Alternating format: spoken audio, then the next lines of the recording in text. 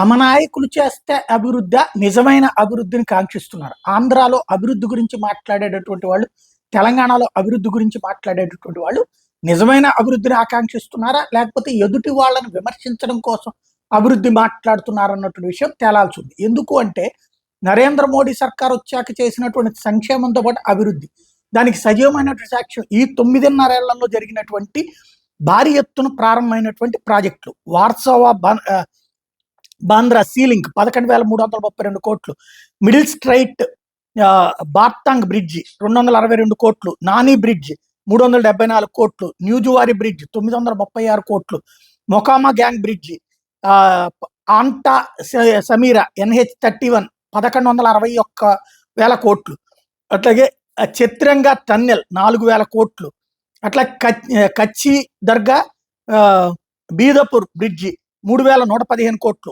Arunachal frontier highway 40,000 కోట్లు, అట్లాగే కంబాతి ghat tunnel 926 కోట్లు, పానీపట్ టు ఢిల్లీ ఎయిర్పోర్ట్ 3వ టన్నెల్ 3 టన్నెల్స్ కలిపి ఇక్కడ 8.46 లక్షల కోట్లు, తానే బోరివల్లి టన్నెల్ 11,235 కోట్లు, షింకుల పాస్ టన్నెల్ 1,681 కోట్లు, చార్ధామ్ హైవే 12,000 కోట్లు, అట్లాగే పూణే బెంగళూరు ఎక్స్ప్రెస్ వే 50,000 కోట్లు, గంగా ఎక్స్ప్రెస్ వే 9,500 కోట్లు.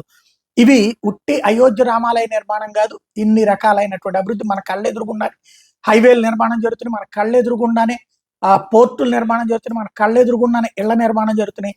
ఒక పక్కన సంక్షేమం, మరో పక్కన అభివృద్ధి. నిజంగా అభివృద్ధి కోరుకునే వాళ్ళు అయితే ఇటు పక్కన ఆలోచించాలి. లేదు మేము జగన్ని తిట్టడానికో, లేకపోతే కేసీఆర్ని తిట్టడానికో, లేకపోతే రేవంత్ని తిట్టడానికో, లేకపోతే బాబుని తిట్టడానికో మాత్రమే మావాడు వస్తే అభివృద్ధి జరుగుతుందని చెప్పుకుంటారా? ఎవరిష్టం వాళ్ళది.